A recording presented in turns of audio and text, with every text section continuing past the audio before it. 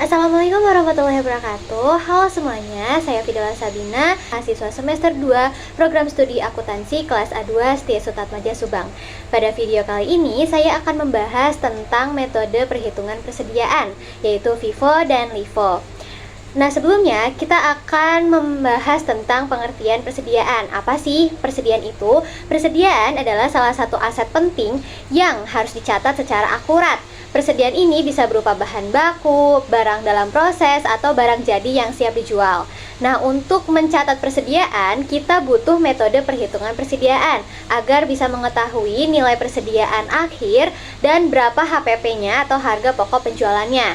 Metode yang paling sering digunakan yaitu FIFO, LIFO, dan average. Tapi pada video kali ini saya hanya akan membahas FIFO dan LIFO. Yang pertama ada FIFO, first in first out. Jadi barang yang pertama kali masuk itu barang yang pertama akan keluar. Jadi barang yang paling lama akan dijual duluan. Contoh barangnya itu seperti barang-barang yang memiliki masa kadaluarsa, seperti makanan, minuman, dan obat-obatan. Contoh perhitungannya adalah sebagai berikut.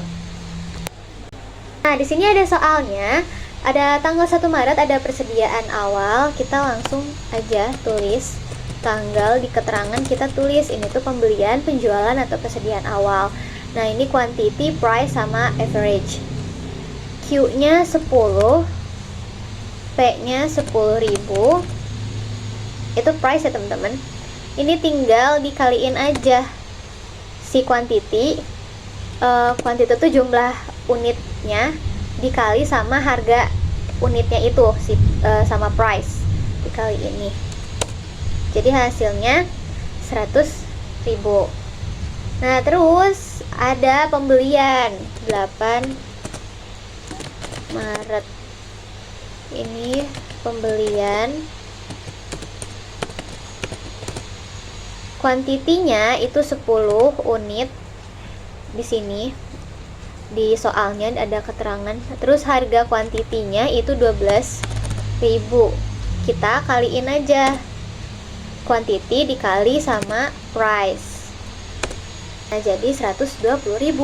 Nah, ini bukan jadi 20, bukan 10 tambah 10, bukan, tapi ini ditulis ulang aja.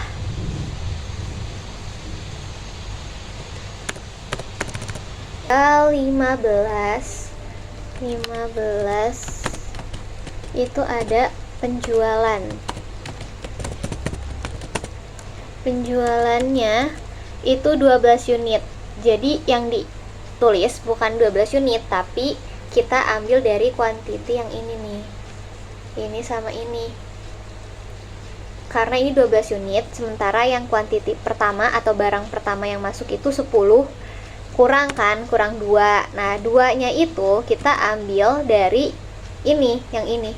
Barang kedua yang pas pembelian pada tanggal 8. Barang kedua itu kita masukin supaya jadi 12.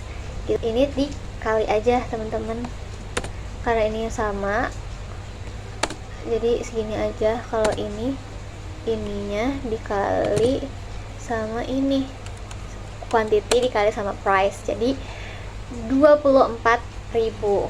12.000 dikali 2, 24.000. Nah, HPP nya kayak gimana?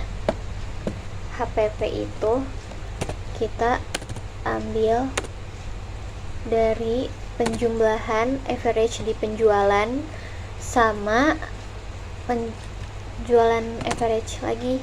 Jadi HPP itu diambil dari jumlah keseluruhan average di bagian penjualan. Jadi 124.000. Nah, itu HPP nya teman-teman.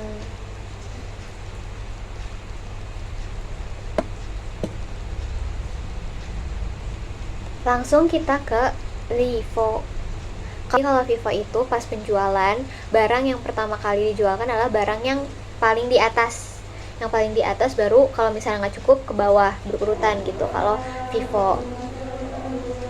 Kalau untuk harga price di penjualannya sendiri itu pakai harga dari jumlah unit produksinya, bukan dari harga penjualan yang di soal, bukan yang 15.000, tapi yang 10.000 yang sesuai sama barangnya ini.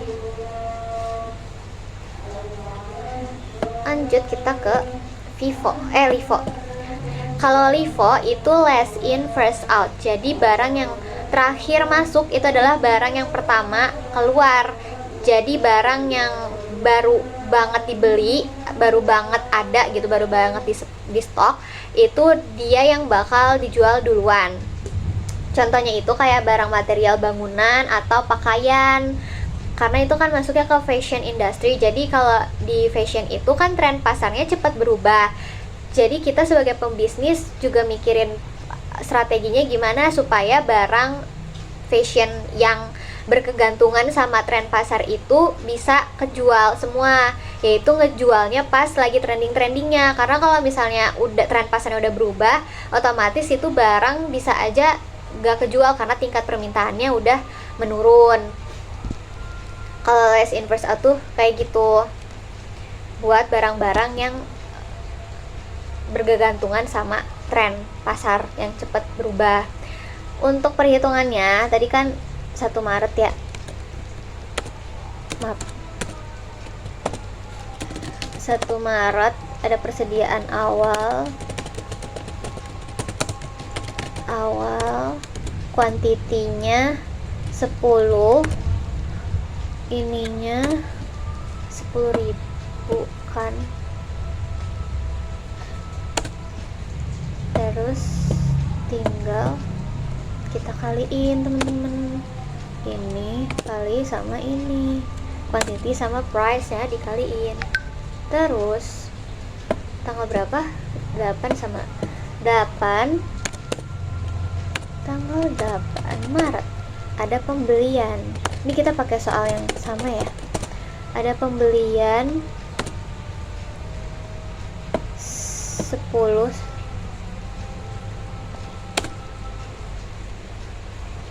terus ini,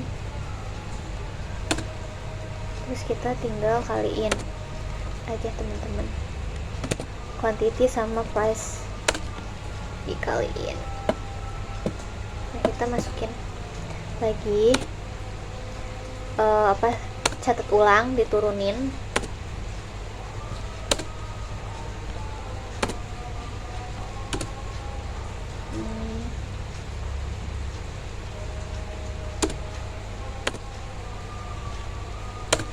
Nah, terus kita masukin nih yang 10 ini, baru yang 12.